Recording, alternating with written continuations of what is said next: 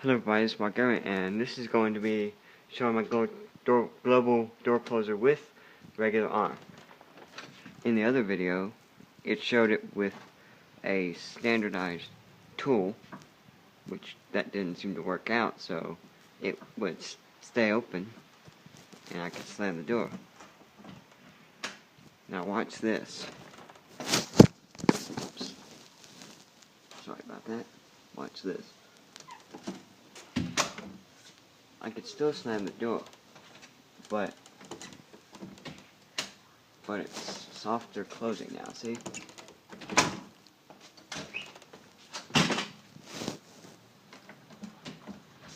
Yes, there are chairs in the way, so I can't open this door full 90 degrees, see?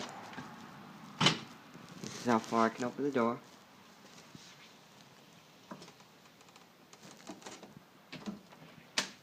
I'll do it one more time and then see it. One more time.